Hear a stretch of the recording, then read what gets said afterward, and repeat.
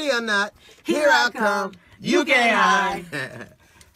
So the United States of America is about 241 years old. July 1776. In that time, we have been at peace. We have been at war about 93% of the time of our existence. Wow. So we have found, whether it's, they would only relegate them to a couple of, like 3 major wars. They would say World War I, World War II, and the Civil War. The Civil War. That wasn't, they don't count that as a war, but no.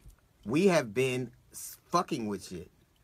We have been finding conflicts since our existence.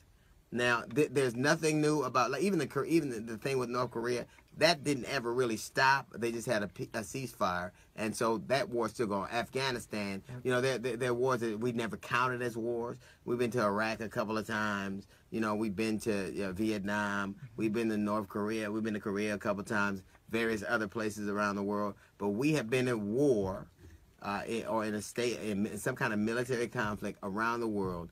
93% of our time. We've only had like 17 years of peace. I would submit this. If every time you go somewhere, a fight breaks out, it's you. Remember ever the Hulk used to come on and he would turn green and then he would get angry and he would start fighting? It's him. It's him. Everywhere you go, we've had 17 years of peace where we're not effing with somebody. We're just minding our own business, getting along. For 93% of the time we've been in existence as a nation, we have been at war. And we went for various reasons. Some we thought were noble. Some we wanted us to stop, the spread of communism, or we were attacked, or there was a preemptive strike, or we were trying to protect ourselves. But the truth of the matter is, we always find a reason to fight. I don't even know if we have diplomats, because in the end, we're going to fight. 93% of the time that we have existed as a country, the United States of America, we have been shooting at somebody, or having somebody shoot at us, or going somewhere and starting conflict. I don't care if it's a couple of Marines shooting with this guy or that guy. We are a warlike people. We will find excuses to go to war because we dig it and people expect it. It's the way you sound tough.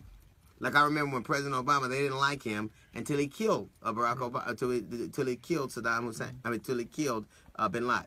We don't send. That's what we expect. I remember Trump's approval rating was going back, but when you blow something up, we get it. If every time you're somewhere, like if you had a friend and you went out, and every time you went out with that friend, there was a fight, pretty soon you wouldn't trust going out with him. You wouldn't trust what he said. Nah, man, it ain't worth it. And I think countries look at us that way. I don't care if it's North Korea. I don't care if it's Iran. I don't care if it's Iraq. I don't care if it's Syria. I don't care if it's Afghanistan. I don't care if it's Vietnam. I don't care if it's North Korea. I don't care if it's Germany. I don't care if it's Italy. We've found ways to fight no matter what.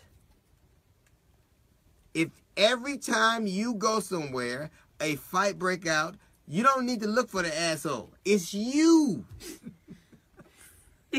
All right, that's a little note from the GED section. We got the Jazz Report. That's coming up in about 15 minutes. It's the D.L. Hughley Show.